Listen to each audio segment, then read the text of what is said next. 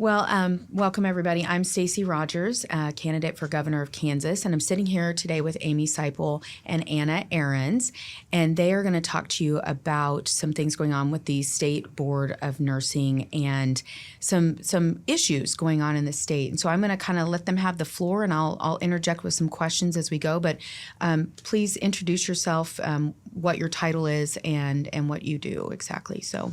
Okay. Yeah. I'm Amy Siple, and I have been a nurse practitioner for, I don't know, maybe 26 or 27 years. I've been in nursing 32 years, and it's just been a privilege just to care for patients just across the spectrum.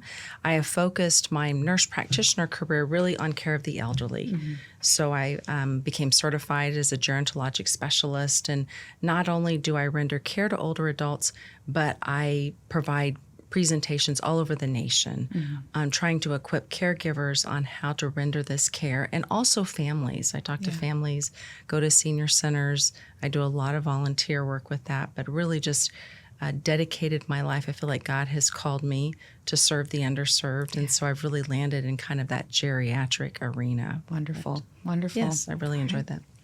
My name is Anna Ahrens, and I'm a nurse practitioner in psych. I've been a nurse for over 25 years, and I work with the underprivileged population, addiction. I was called to do that, and I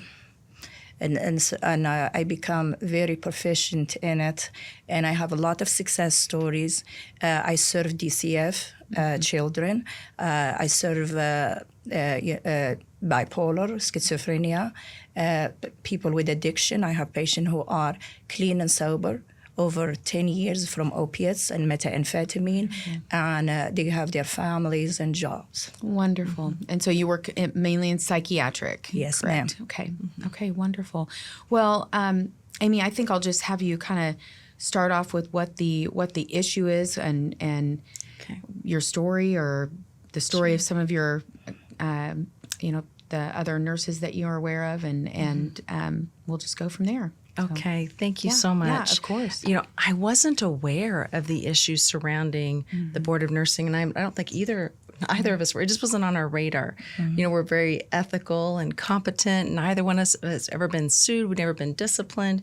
We just always assumed that the Board of Nursing was there to protect the public and to just represent nurses, and we just trusted that they would always do the right thing. Right. About a year ago, my husband was diagnosed with metastatic cancer, and I was terrified. And so I stepped back from practice for a while, and it was the first time in 32 years, mind you, that I just failed to renew my license on time. So you've got to renew your nursing or nurse practitioner license every 2 years. And there are 3 criteria that need to be met. 1, you have to have a certain number of education hours. For nurse practitioners, you have to have malpractice insurance, and then you have to pay dues. Well, I always have way more hours than I need. I speak at conferences all over the nation, so that's never an issue. And I've never let malpractice lapse, but I didn't pay them on time. Now, normally every 2 years you get a reminder from the Board of Nursing that it's time to renew. I didn't receive a reminder, but either way, it was my responsibility to renew. But again, my focus was just on helping my husband navigate this horrible crisis. Right. And I wasn't even employed as a nurse practitioner at the time. So when I figured it out myself that, oh no, wow, I can't believe my license has lapsed.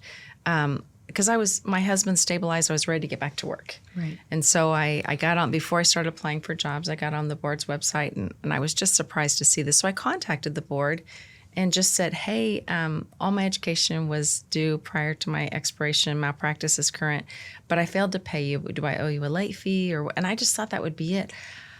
I had no idea what was coming my way. So they informed me I was under investigation. Wow. I'm like, under investigation? For what? And I didn't understand. And once again, I still thought they were advocates. They were my friend. I mean, I had no idea what was happening. Right. So I didn't have an attorney. I spoke very freely with them, and they were just building a case against me. And their intent is to put me on 3 databases. They're going to put me. They want to put me on the National Practitioner Database, on Nurses, which these are all. This is public, and their website, the front of their website. Right. in perpetuity, even after I die. Wow. And they would list me as unprofessional. Wow. And they also want to put me in their newsletter and send it out to all of my former nursing students would see that I was labeled as unprofessional, which I think would be confusing to them. They know me well.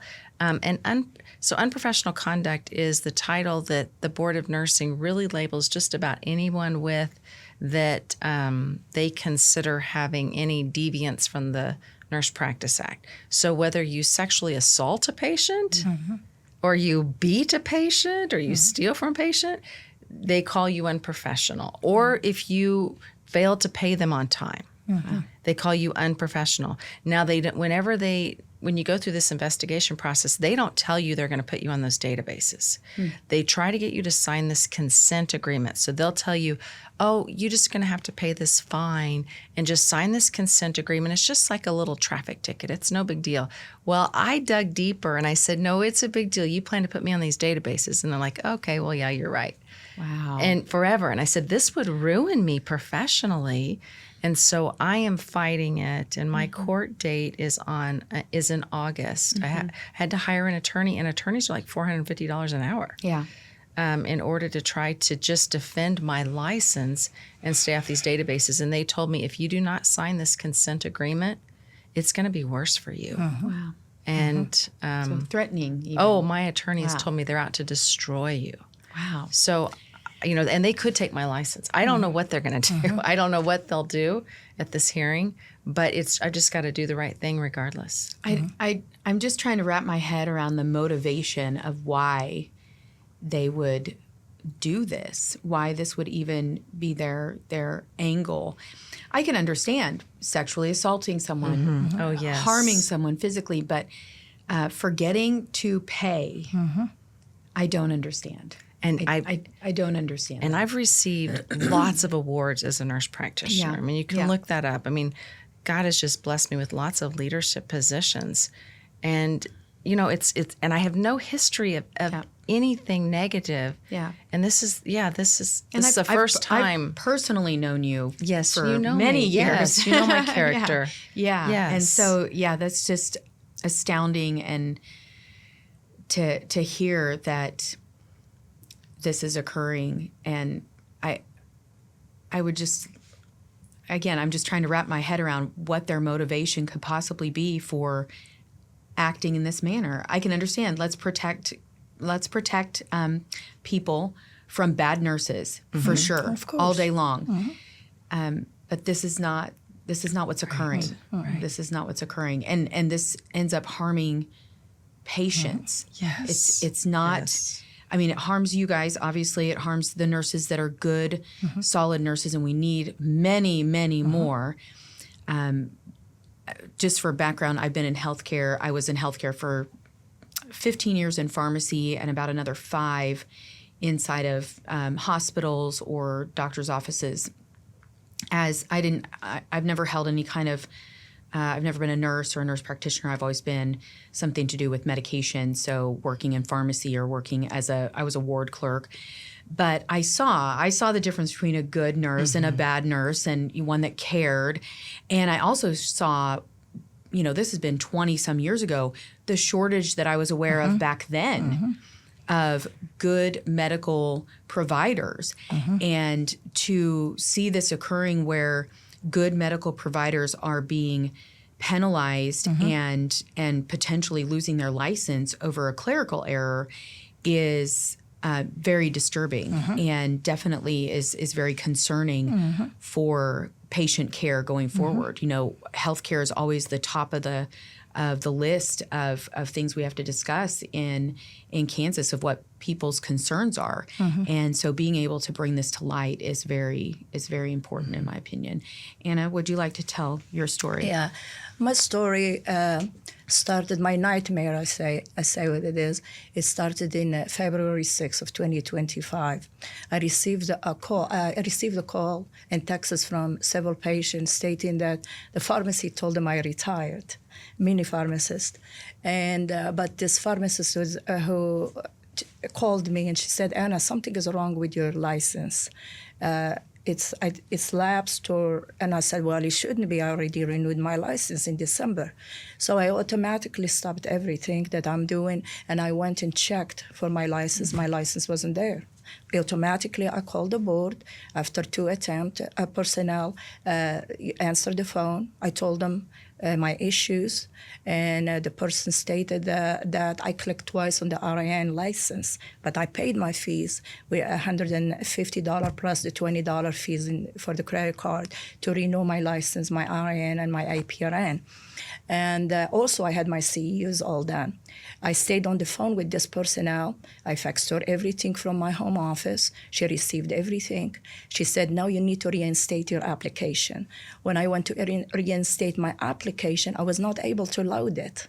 And so after 2 attempts, she brought the technology tech who stated that they have some issues with the computer. He was able to reload the application. I reinstated my license. I paid the $75, and she said, okay. So and I said, in my conversation with this personnel, I asked her, is this happen more often? She stated yes, and she said it's no big deal. So I was under the impression that in the end of that day, my license will be reinstated. I was not aware of all the issues that the board have in regard to disciplinary, because it was a clerical error, not a clinical error. Right. So how do I know it's not their computer? I'm not there. Right. So through that, I had several emails with the board. Not in one email, I told them that they're causing me financial issues. It was always about my patient. Right. I told them, my patients are suffering. My patients are psychotic. I had a patient who lost her job secondary to panic attack. They didn't care. So all of a sudden, my case went to what they call an investigation. And now I knew, and I was like, why I'm getting investigated? It's a clinical error. I mean, it's a clerical error, not a clinical error. And this person emailed me with this questionnaire to if I practiced, and I said, yes, I did, from December to February 6th. But mind you, I am the one who turned myself in. They didn't catch me. Right. So and I stopped immediately when I knew there was a problem. So the person said that because I practiced for that few weeks, therefore I broke the Practice Act.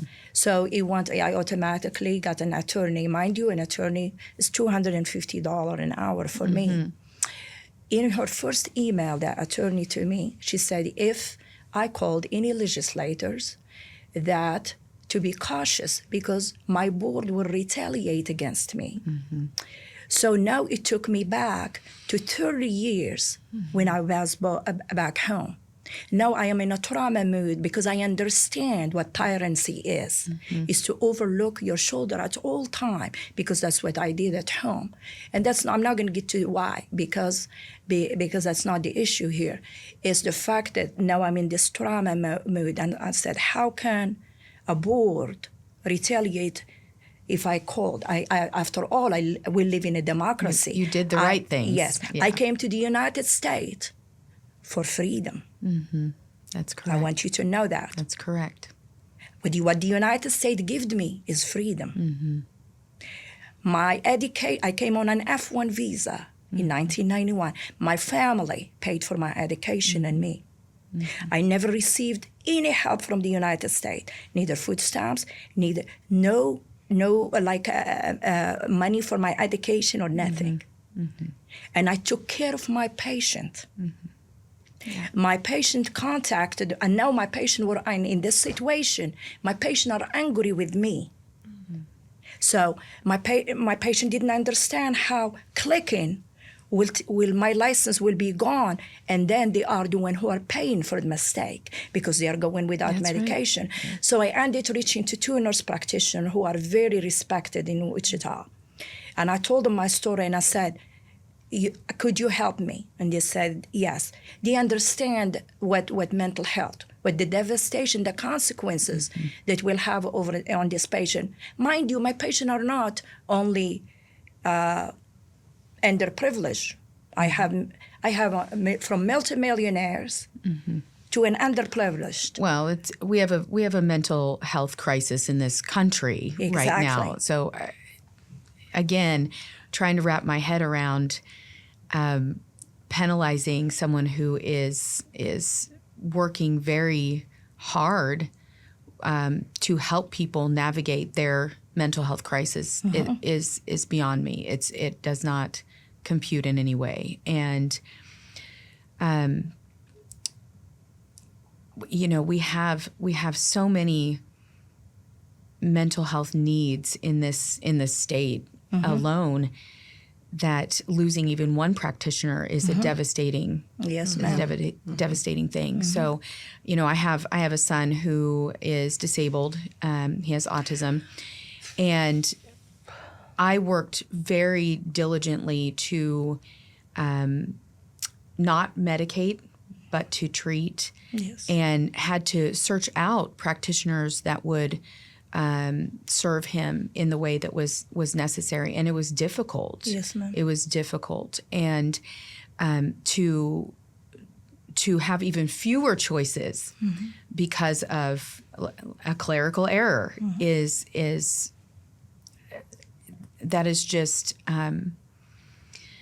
that's devastating to people inside not only the mental health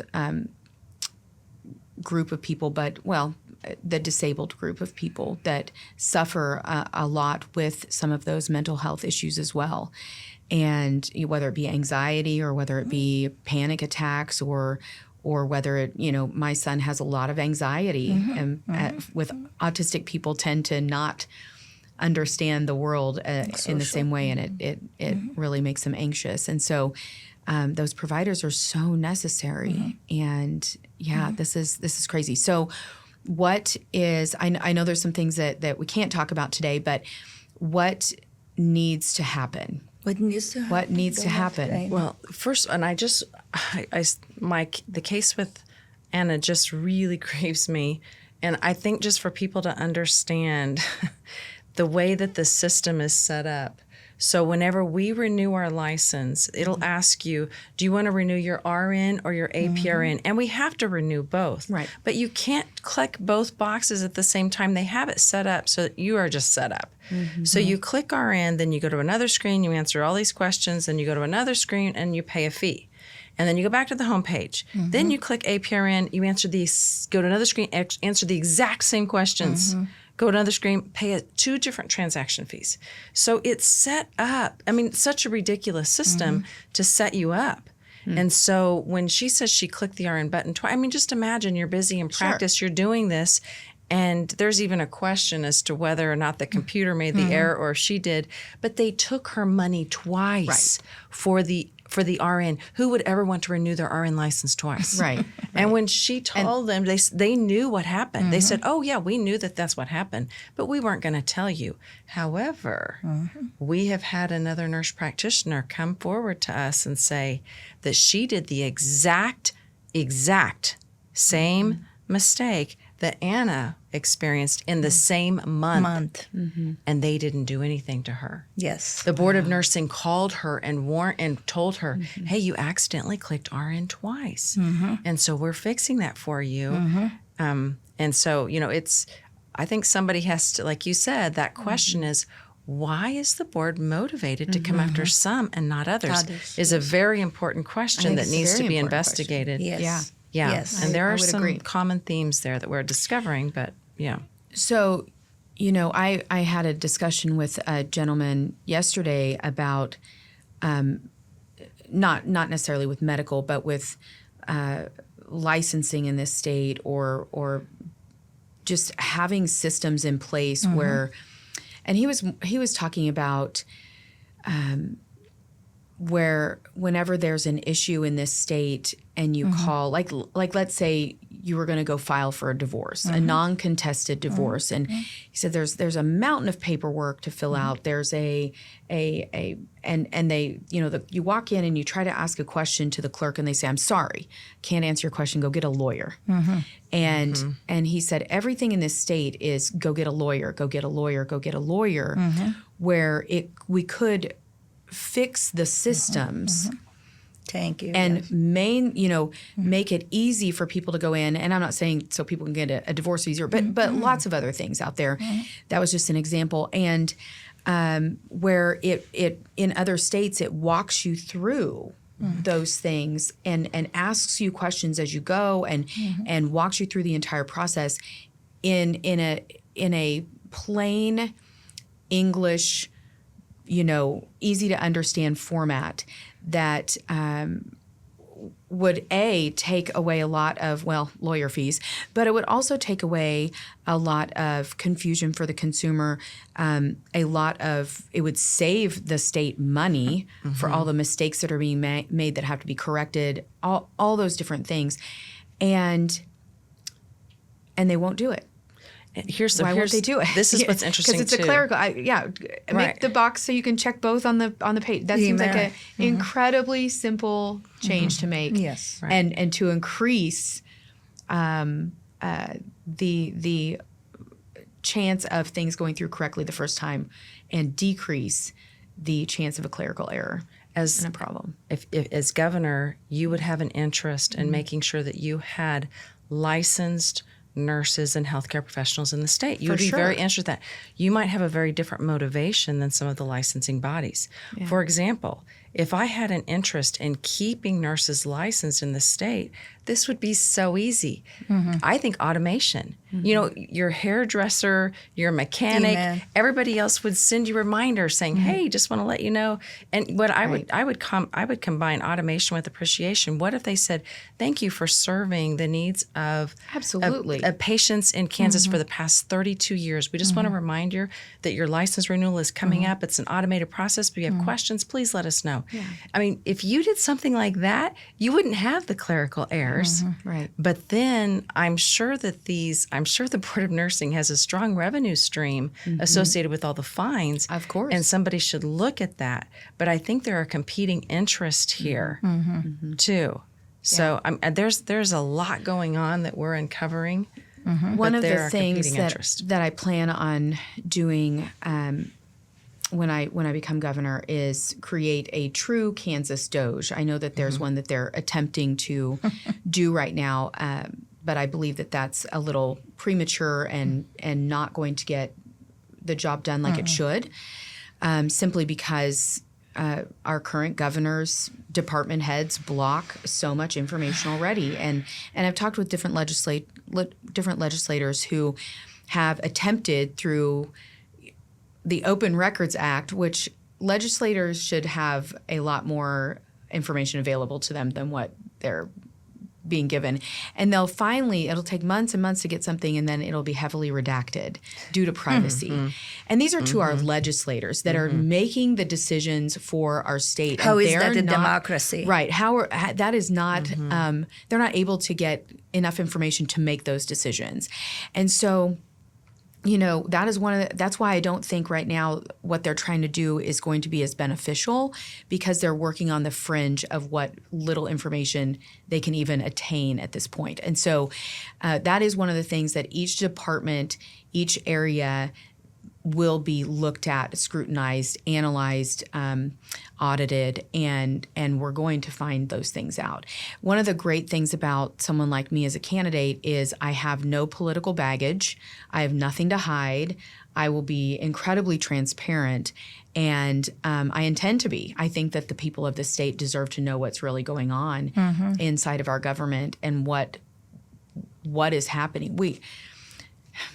We are... like you said, there's a huge revenue stream there. So we know that a lot of this stuff boils down to two things: power and money. Amen. And that is something that needs to stop for the future of the state. The citizens of the state deserve something better. They deserve excellent health care and not having nurses, basically handcuffed and hogtied from doing their jobs. Can I add So, something? Absolutely. So several of my patients reached after I signed the consent. Several of my patients reached to the board of nursing. I have even patients who went and checked on my board to see what happens to my license. Now with the computer, everybody is savvy. And they reached to the board of nursing. This is not only patients, this is voters who have families. Yeah. Who have families and families of families and friends. And no personnel in the Kansas Board of Nursing reached to them about their concern.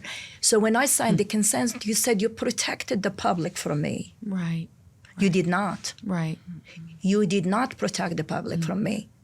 What you did to my patient, you made them psychotic. You made them have an anxiety. I have right now, since I got my license in 228, my patient, mind you, this relationship I have with my patient are over 20 years.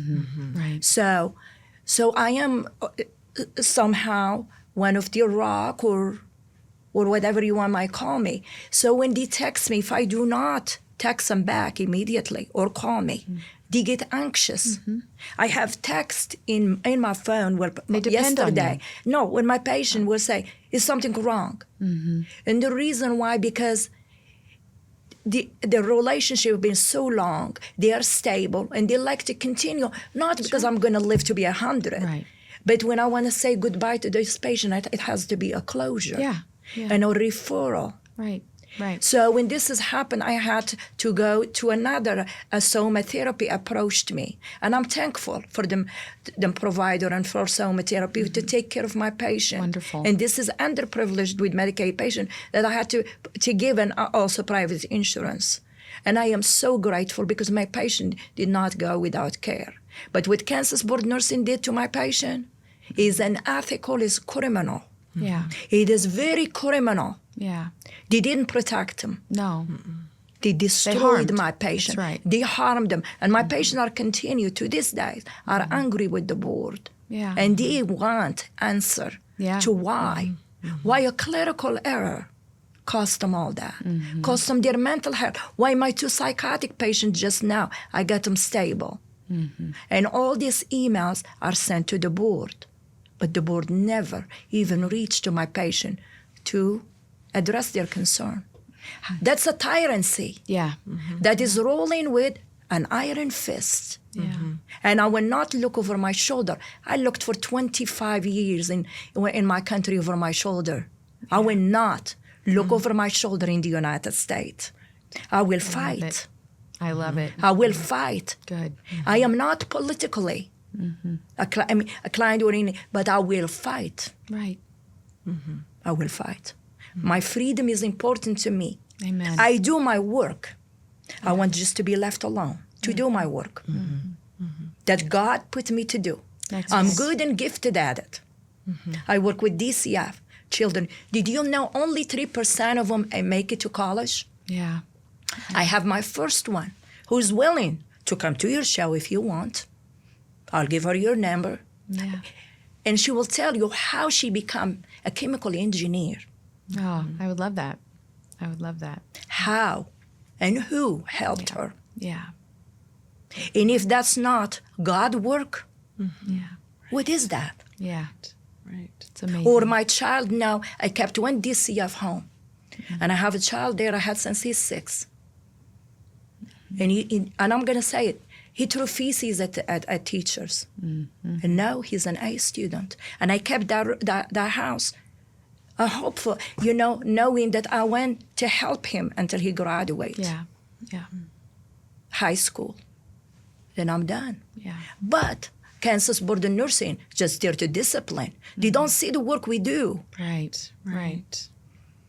First, see the work we do.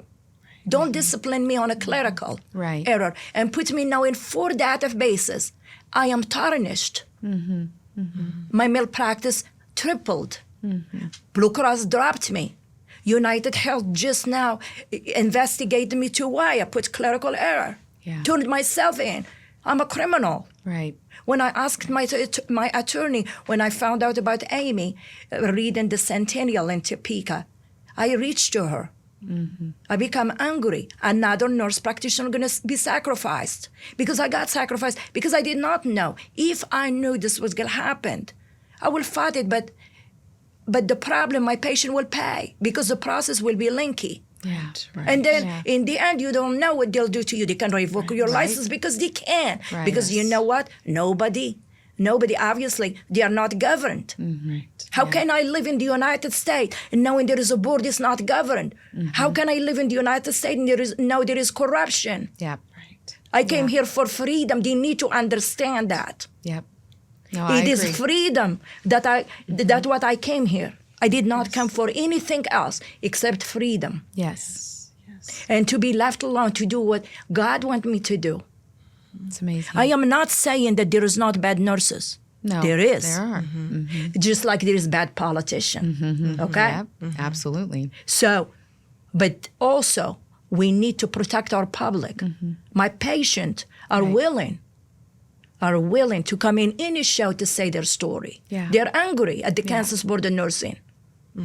There are what we need more of in this state is good servants. Yes. And in my opinion, nurses, healthcare across the board they're heroes. They're heroes. You guys step in and into people's worst moments in their lives and help them. And sometimes that's helping them bring a life. Sometimes that's helping them to go to the next life. And sometimes it's somewhere in between. And that is, but it's typically, if someone comes to you, they're not feeling well and they need someone to take care of them and to help them. And so in my opinion, first responders, our police officers, our healthcare, they're all heroes, all major heroes, and deserve all of our respect and our, gratitude for the job that they're doing. Of course, there are bad ones, but we have so many good servants. Amen. And we need to encourage that. Amen. Not discourage it, especially with something as simple to fix as a clerical error. My gosh, if I got in trouble for every clerical error I made, I don't know. I don't know where I'd be today. It'd be bad. Well, take for example, if everybody who got a ticket yeah. Couldn't drive anymore. couldn't drive no more. Right. Who's going to work and pay taxes? Exactly. Right, It's just just incredibly difficult to wrap my head around how What's interesting silly too this is if either of us were alcoholics or had a drug addiction problem, none of this would happen to us. So there is a program in Kansas. It's called the KNAP program. It's the Kansas Nurse Assistant Program. And so if you have alcohol or drug addiction, you are not publicly put on these databases. So the big problem for us, it's not paying the fines. Right. It is the public humiliation. Right. It's the red scarlet letter that follows you with every job application, trying to, get privileges somewhere, whatever. You can't do it. Sure. Malpractice insurance. It's the title of unprofessional and the Right. But if you have an alcohol or drug addiction, the Board of Nursing considers that a disease, and so you are not publicly humiliated. Nobody will know about it. I could steal drugs from a dying patient, and they would tell me I needed to go through the rehab program through KNAP. As long as I did that, I could keep working, and my malpractice insurance, none of that would be affected, and I would be able to still be in practice. But because we don't have alcohol and drug addictions, we are treated differently. Wow. And so when you talk about protecting the public, who is a bigger risk? Anna, who clicks a box, Right. or somebody with a drug and an alcohol serious problem. drug addiction. Right. And I'm going to add to that, I will disclose, I'm a licensed clinical addiction counselor. Right. So I worked with this population. Sure. They are my people. They are Yes. nurses. And it is a disease. It is. And it goes in remission if you work. But it is true. They're not humiliated. Right. So I know that from the inside because I worked with them. Yeah. And so the only thing we're asking, if that's a disease, then I have a disease of my finger too, clicking. Right. Okay? Then I Got need a spasm. Yes, I got a spasm. A muscle It clicked disorder. twice, muscle disorder. Okay, so we obviously, or it's a computer disorder. Right. Right. Okay, then therefore we need to fix. This is very hilarious because you can make a comedy show out of Kansas Board of Nursing if you want to, Right. literally in Saturday Night Live. Right. Yes. Okay, because this is what they hurt is the patient. Right. Right. They didn't hurt us. You took two good professionals who really, really, really want to work Yeah. and help people, and you destroyed their career. Yeah. Right. And I said, well, my husband had this diagnosis. Can I not claim mental distress? And Right. because I've never been late renewing before. I wasn't thinking about renewing my license. You were thinking of when your I'm trying to husband. That's right. navigate Yes. his cancer. Yeah. And they said no, they wouldn't. They only did that for alcohol or drug, but they wouldn't. Yeah. I don't know if they do it for other mental issues or not, but they wouldn't give me a pass on that. Wow. So I'm guess a bit of their goal is to protect the public, and I Right. agree. I've seen people recover from addiction. Oh, and it's yes. a beautiful thing. Absolutely. Yes. But I'm just Yes. saying, if your goal is to protect the public, Yes. who is the greater threat here? Right, Is that right. really your goal? Right, That's exactly. a question. And I'll point out here that I agree with you. There are people who can recover, and You they're bet, very yes. they Yes. contribute very well to society. In fact, I actually hire. I intentionally hire people who are ex-felons or Oh, ex drug addicts who are trying to clean up their life and Yes. really someone needs to give them a chance You bet. to Yes.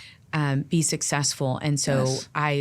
I love that. I Yes. love to give them that opportunity. And so so definitely not bashing on people with those issues at No. all, but you're right. If somebody is actively in that issue and they're allowed to keep their license and continue to practice, that is concerning. Yes. That is a concerning Yes. issue. Yes. And especially, when you compare it to clicking a box, that Amen. those two just don't measure up at all. They don't compute.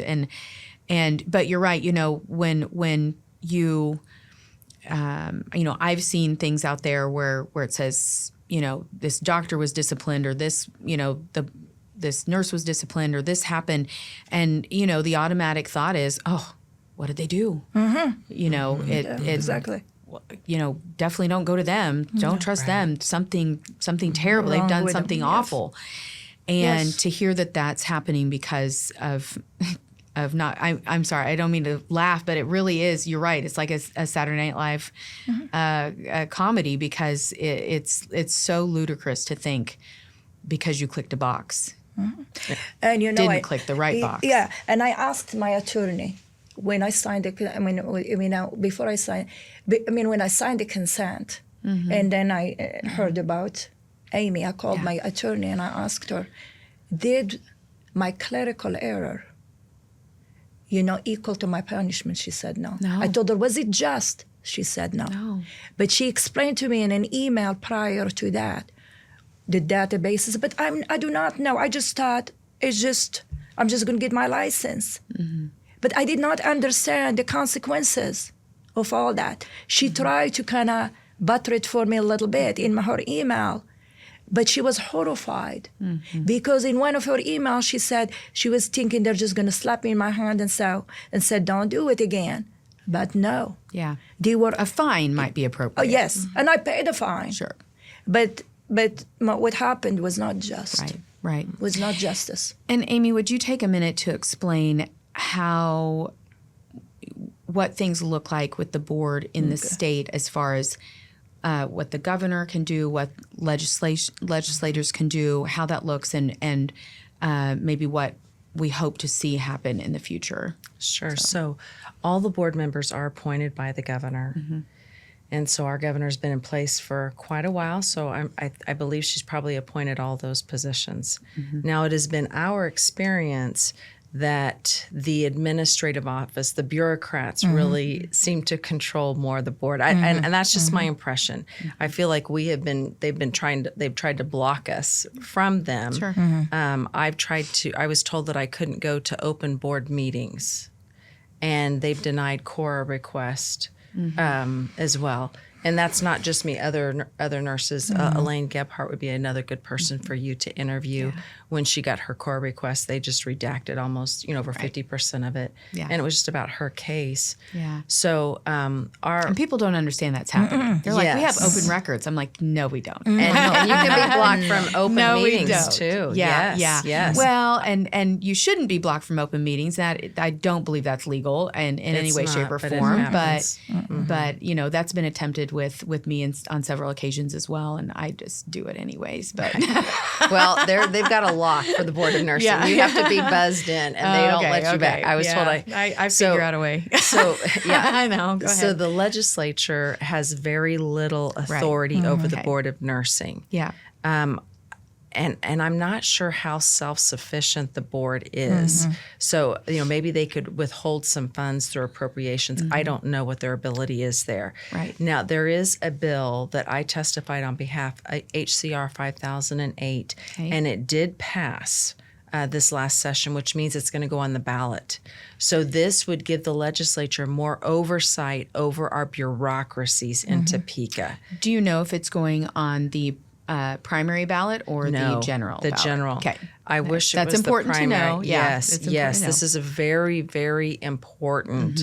And so I know that we'll probably both be speaking on behalf of that to just raise awareness, because there's just not a lot I don't think the legislature can do to them. And they Right. know it. Right. They know it. Yeah. And so I think, and again, you'll probably understand this a lot better than I will, but I believe the governor's office has more control over these bureaucracies. We need the legislature to have some oversight, but we Right. definitely need the governor's input. But it's more than just appointing the right board members. I've served on multiple boards before, and I've served on a board right now in Topeka. I'm on the Adult Care Home Executives Board, and really, honestly, what I experience is most of the time it's the office staff that are making almost all the decisions, and then they kind of tell you what they want you. Right, I right. should be careful speaking too much, but Yeah. my experience is most of the time it's the bureaucrats Sure. that have the control, Yeah. and they are maneuvering and manipulating things the way that they want it to go. That's so it's correct. not just about changing out board members. You got to go into that bureaucracy, Yes. and that's where you're going to have to do some auditing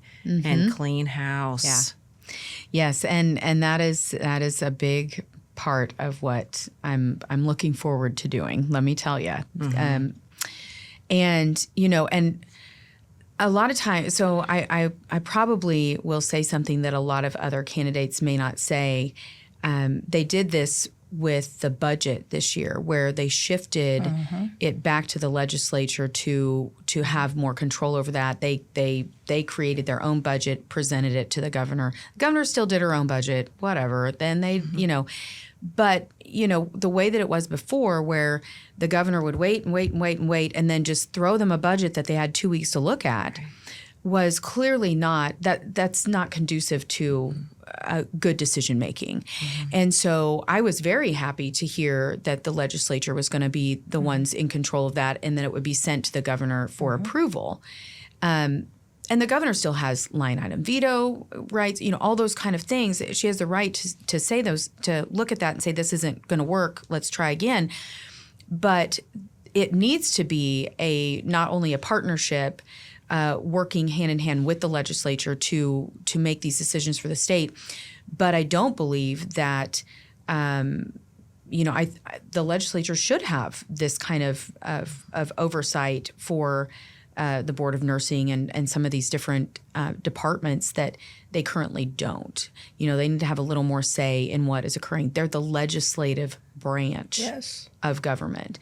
And when you look at what a governor is supposed to do, that is really the administrative, the action taking of implementing what the legislative branch has said.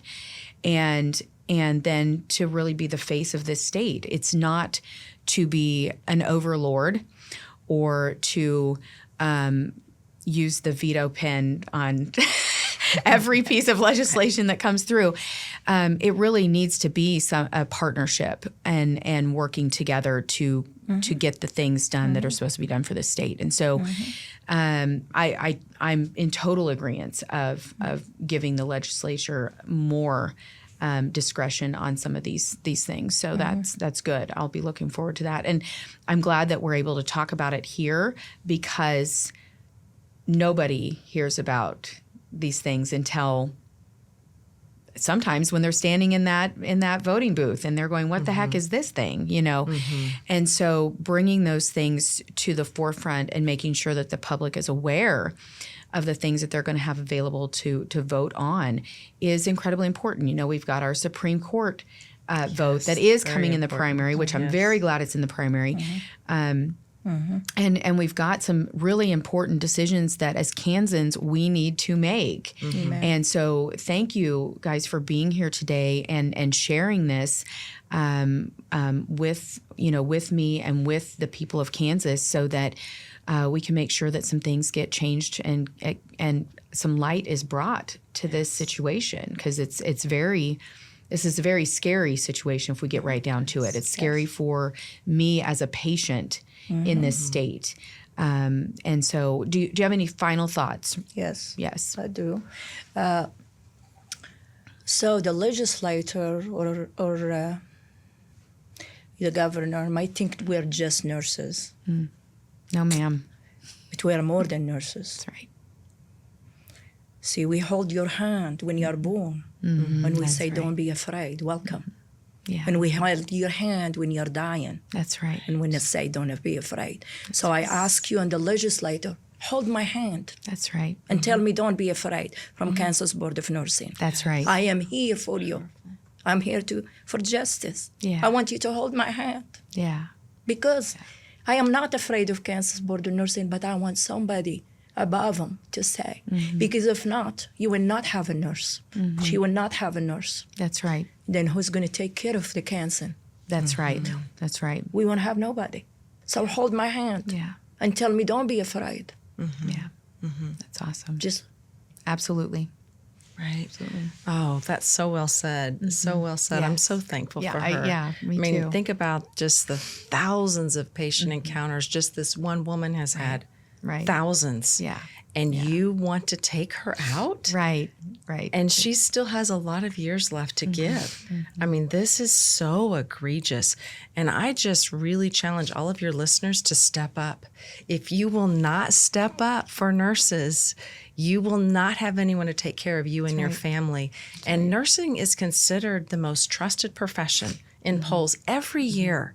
So we have been standing up for patients all this time. Will you stand up for us? Yeah. Will you contact your legislators? And I'm going to tell you, Anna and I have contacted lots and lots of people begging people to help us. And for the most part, it's been her and I. And Elaine has been with us to another nurse. We've been able to finally get the attention of some people lately, but I'm just asking you to contact your legislators, contact people who Stacy, people running for governor, tell them that this issue is important to you. Contact the Board of Nursing and just express your opinion on this. Because if you are going to eliminate good nurses like Anna for clerical errors, what kind of state will we have? That's right. And one final thought I will tell you. I spoke at a big conference in Chicago, and I did a podcast on this. And these are some really big names in the nurse practitioner world who do telehealth all over the nation. Right. And I had nurse practitioners there tell me, we do telehealth all over the nation, but we do not in Kansas because your board has a reputation. Wow. And I had nurses reach to me. Yeah. I have a friend of mine. She has a compact license in law. She's from Louisiana. We went to nursing school in the 90s. And she said she would not get it in Kansas. She said, because your board is tyrant. Yeah. She said, I won't. Now, remind me, Amy, so you have a YouTube channel? I do. You don't? I do okay. not. I've just been speaking when people. I've got a website, amysiple.com. Okay, great. So if you want to reach out to me, amysiple.com. And one thing that would help Anna and I too, is if you will tell us your cases. So if you're a nurse out there, Yes. if you will call and tell us about discipline cases, specifically like minor, like clerical errors, those kinds of things, give us those cases. What we also need from you, and I know this is a little scarier to do, is if you were guilty of a clerical error and you did not receive discipline. Please. Now, we've had a couple of people come forward, but most nurses will tell us, yeah, that happened to me. They didn't discipline me, but they're afraid to tell us. I was going to ask about But we'll do our best to protect you. We're not going to say your name, but it helps us with our case, and it will help us just effect change. So we need you to be brave. We need you to come forward. You can contact me at amysiple.com. I can get you in touch with Anna as well. And we just appreciate you just letting us tell our story. And we're praying it makes a difference. She and I might both be done. They may have been effective in eliminating us, but we're older. Yes. And we're fighting for the next generation of nurses, and we're fighting for patients in Kansas. But we want to stand for the next generation of nurses. Yes. Well, ma'am. you're very brave, both of you, and I applaud both of you for what you're doing. And you're right. We got to stand up for the next generation. Yes. It's not really about us anymore. No. You know, and again, that's one of the reasons why I'm running. It's not really about me. I'm closer to retirement than I am to creating a career, and so I have no intention of doing that. But I see something that needs to be fixed. I see change that needs to happen for, you know, my children and my grandchildren and my great grandchildren to have a great place to live in the future. And so, so thank you, ladies, so much for being here today and taking the time to talk with me. And so thank you, guys. And of course, you can find me on all social media, anywhere you want to find me. Stacey Rogers for Governor. We'll talk to you soon. Thank you.